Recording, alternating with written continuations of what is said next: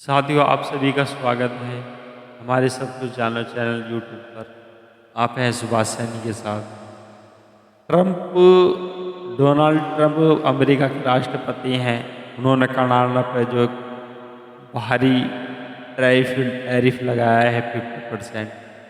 तो इसी के बारे में जानते हैं कि ऐसा क्यों कर रहे हैं और टैरिफ लगाने से किस देश को कितना अधिक फायदा होगा और किस देश को कितना अधिक नुकसान होगा, इसी के बारे में जानते हैं। आप देख रहे हैं कि तांबा है, ये जो तांबे पर इन्होंने डोनाल्ड राष्ट्रपति अमेरिका के उन्होंने टैरिफ लगा दिया है। तो ट्रंप द्वारा कनाडा के कुचलने के लिए तांबे पर भारी शुल्क लगाने से चीन को बड़ा फायदा। राष्ट्रपति डोनाल्ड ट्रंप की अमेरिका में तांबे के सभी आयात पर 50% के व्यापक शुल्क लगाने की योजना उत्तरी अमेरिका आपूर्ति श्रृंखलाओं में हलचल मच रही है। तो हालांकि इसका लक्ष्य अमेरिका उद्योग को मजबूत करना है, लेकिन विशेषज्ञ चेतावनी देते हुए यह नीति कनाडा के तांबे के निर्यात को कमजोर कर सकता है और चीन की जो रणनीति व्यापक लाभ को दे सकती है। तो लाभकारी कौन होगा? चीन। तो संयुक्त राष्ट्रीय कॉम ट्रेड डेटाबेस के अनुसार चीन ने 2024 में अमेरिका को $866 मिलियन से ज़्यादा मूल्य का तांबा निर्यात किया है। अब टैरिफ के तरह कनाडा और चिली तांबा अचानक महंगा हो जाने से वाशिंगटन और बीजिंग के बीच चल रहे तनाव के बावजूद अमेरिका निर्यातों को चीन के सस्ते राज्य समर्थित धातु की ओर से रुख करने के लिए मजबूत होने पर पड़ सकता है।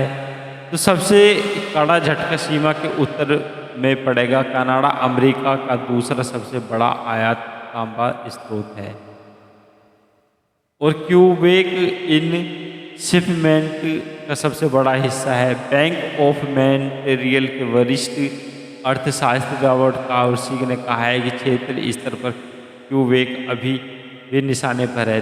इससे संयुक्त धातु निर्यात में जीडीपी के 3% से अधिक या अगले निकटतम प्रांत से दोगुना से अधिक उच्च शुल्क लग सकते हैं। तो क्यूबेक की अर्थव्यवस्था तांबे से गहराई से जुड़ी है। कनाडा का एकमात्र प्रागलक संयंत्र रुइनोराइडा और एक प्रमुख रिफाइनरी मॉन्ट्रियल में है। हजारों कर्मचारी प्रत्यक्ष अप्रत्यक्ष रूप से तांबा के व्यापार से जुड़े हैं। अब इसमें जो कई नौकरियां खतरे में पड़ सकती हैं।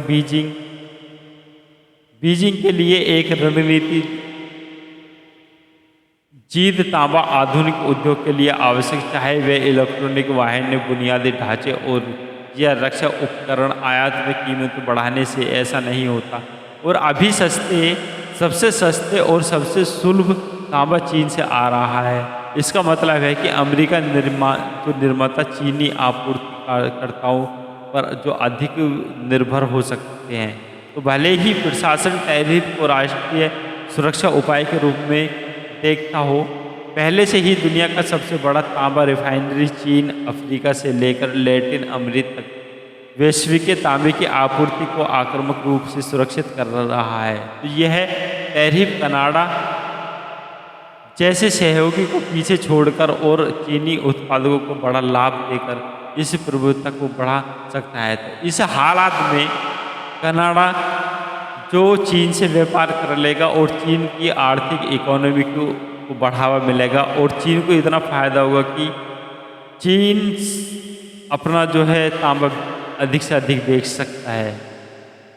तो क्यूबेक के प्रधानमंत्री फ्रांसवा लैंगोल्ट ने उद्योग के लिए प्रांतीय समर्थन की संभावना से इनकार नहीं किया है और संघीय सरकार से इस प्रकार प्रतिक्रिया देने का आग्रह कर रहे हैं कि संघीय सरकार होती है केंद्रीय सरकार, ने अभी तक के संभावित प्रतिकार उपायों पर कोई टिप्पणी नहीं दी है। तो हालांकि अभी कोई टिप्पणी ऐसी आई नहीं है और कनाडा अपना व्यापार जो है चीन से बढ़ा लेगा। तो अमेरिका लगाता रहे अपना 50% टैरिफ, जो भी टैरिफ लगानी है। तो मेरे प्रिय साथियों, ये एक तांबा से रिलेटेड न्यूज़ थी, जो करंट अफेयर। मेरे प्रिय साथियों, हमारे इस चैनल को शेयर और सब्सक्राइब ज़रूर करना।